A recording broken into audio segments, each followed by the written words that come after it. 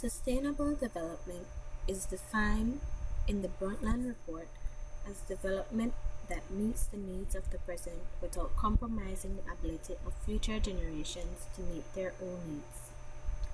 Sustainable development consists of three interrelating pillars: the environmental, social, and economic pillars. The foundation of the social pillar, which is the emphasis of this short video, is to improve the quality of life of our social capital, to coexist with each other, and to have an ethical responsibility to take action against injustices of any kind. Roaring Creek Village, a small community in the Kaya district, is struggling to achieve the social pillar of sustainable development. Roaring Creek Village has been plagued with many crimes and gruesome murders. The villagers in Roaring Creek, especially our youth, are inconvenienced by lack of engaging activities to build bonds among each other. Adding to that is the availability of drugs. Roaring Creek has a high rate of teenage pregnancy. The village also has a high rate of high school dropouts who are quickly acquainted with the gangs and drug dealers present around almost every corner. Villagers in Roaring Creek fear for their lives and the lives of their loved ones, and are always alert because of the fear and uncertainty of what will happen at any given moment. The unfortunate circumstances plaguing Roaring Creek has a ripple effect on the country and the world at large in achieving the Sustainable Development Goals. I spoke with Stephen Diaz, President of Belize Youth Empowerment for Change, who attended the regional meeting on population and sustainable development in Barbados on the 25th to 27th of August 2015. Discussions were centered around the integration of the Sustainable Development Goals, an international conference on population and development beyond 2014, and Caribbean Youth Agenda. He shared a brief overview. About 2 to 3 weeks ago, I was invited by the United Nations Population Fund, which is a huge stakeholder in the Caribbean region, that discussed ideas around reproductive health and also integration into different development agendas.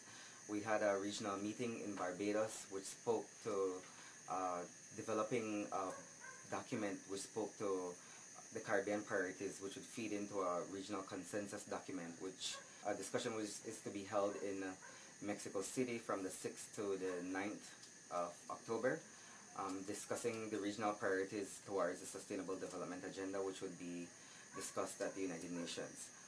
Most of the discussions that were held in Barbados was around reproductive health and linking reproductive health to different key thematic areas within the Sustainable Development Agenda, and having different groups see the potential within reproductive health as a key entry point into the discussions that would take place for the next 15 to 20 years of the world's development.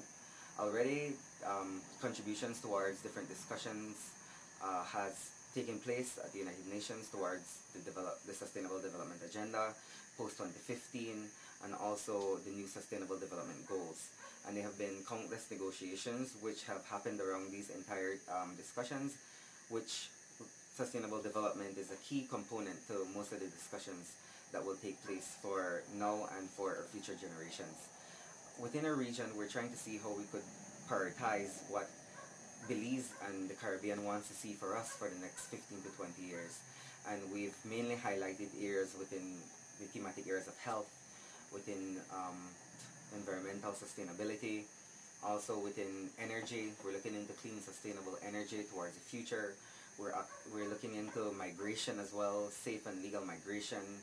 We're also looking into ideas around border security, protecting our borders. Some of these were discussions that came about in the Barbados discussions around sustainable development, that Belize also has to take into consideration our integrity as a country and our contributions that we have as a nation towards the region. As stated by Stephen, discussions with regards to the social pillar of sustainable development were focused mainly on migration and sexual and reproductive health, which includes family planning. I believe More emphasis should have been placed on combating crime and violence as a priority in Belize, not only because it is the ethical and humanitarian thing to do, but also because crime and violence negatively affects our economic growth. Belize has 13 more murders within the first 4 months of 2015 when compared to 2014, shown in this graph retrieved from the Belize Police Department. Belize has gained bad publicity from our crime and murder statistics. In the 2014 UN report, Belize was named the third most dangerous country in the world, having 44.7 homicides per 100,000 people, as can be viewed in this color-coded map from the Huffington Post. And more recently, the US advised tourists to be very cautious when traveling on the George Price Highway from Roaring Creek Village to Teekettle Village. Our crime rate also negatively affects our economic growth by having to fund the penitentiary.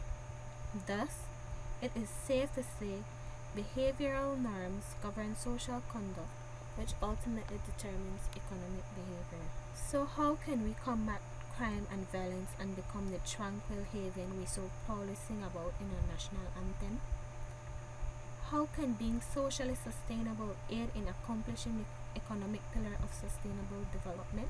Mitigating recommendations and the economic benefits they bring are as follows. Having a good family structure and instill morals and values in a younger generation. This prevents crime on a whole. Children grow up to be productive citizens. Secondly, having and being positive role models. Inspire young people to lead positive, productive lives. Children will grow up to be productive citizens. Thirdly, having engaging activities.